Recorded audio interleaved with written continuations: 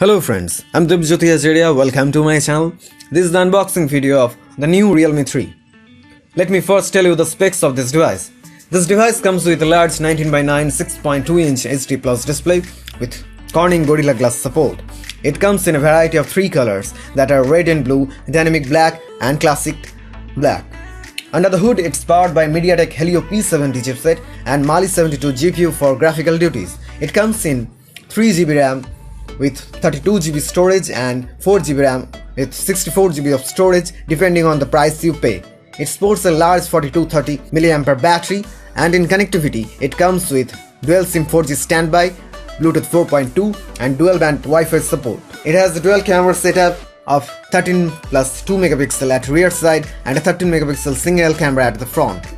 This is the box pack in which the device comes in. This is the dynamic black variant with 4GB and 64GB of storage. There is very little branding and some regulatory information mentioned on the box. Opening up the box, we get another flat rectangular box in which some Realme quick start guides and a silicone case for device comes.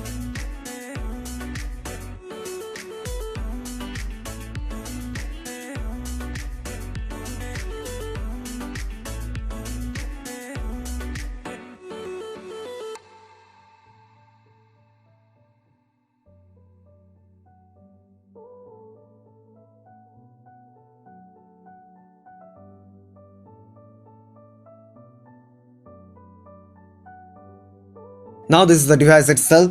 In its first glance, it looks awesome. The gradient color looks fantastic.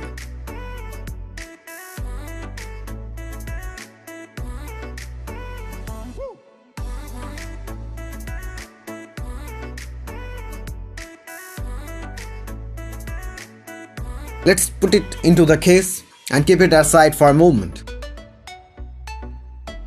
And now check the other box contents.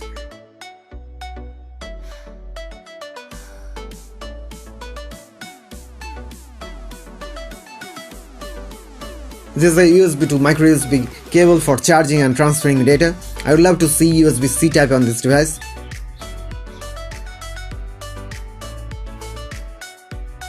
And this is a standard 10-watt power adapter with output of 5V at 2A.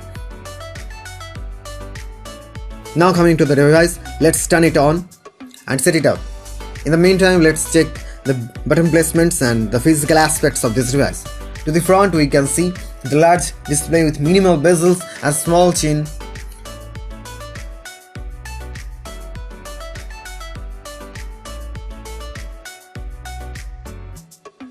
On the top of the display, there's a water drop notch which houses the 13 megapixel front camera. To the left, there are volume buttons and a dual SIM tray slot.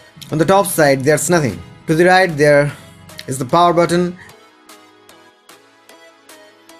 and at the bottom there are headphone jack port, internal mic, micro USB port and the speaker grill. And to the back there's the vertical dual camera setup with a flash at the top left side. And the fingerprint sensor is in the middle. Despite being a plastic body, it's very prone to fingerprints and smudges, so I recommend to use it with case. Now quickly set it up.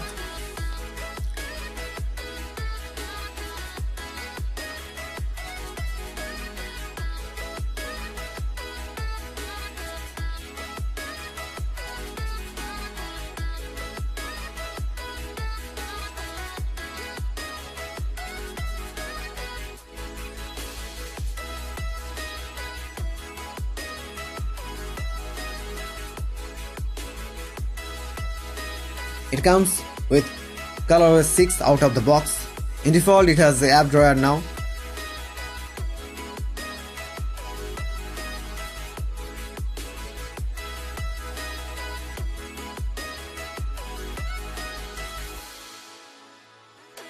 If we go to settings and go to about phone, we can see it's running ColorOS 6 on top of Android Pie, which is very good from a consumer's perspective.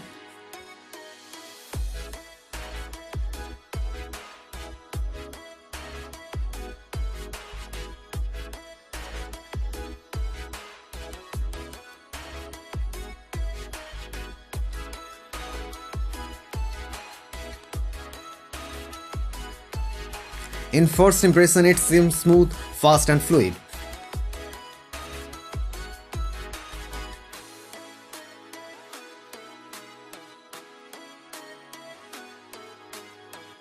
Now opening up the camera interface and digging into settings, we see the capture ratio of 4:3, 1:1 and full screen mode. Then we have some more basic settings.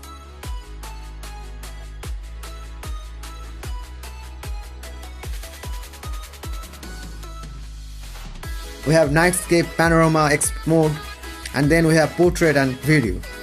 We can shoot up to 1080p at 30 fps, but no 4K available here. But it's not a deal breaker in this price point.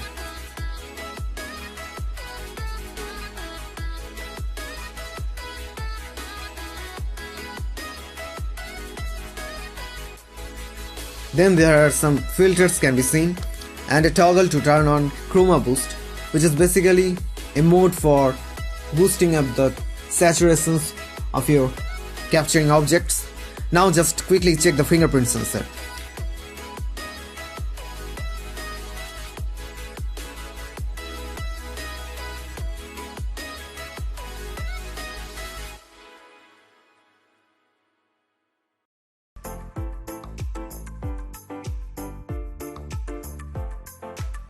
It took a while to register the fingerprint. Now check the time of unlocking the device. It's real quick, it's very responsive and quick to unlock the device. There is the option to face unlock on this device also, which works quite good.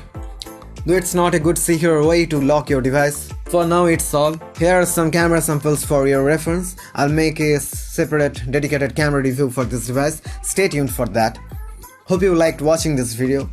Thanks for watching. Have a nice day. And don't forget to subscribe for more content. Bye bye.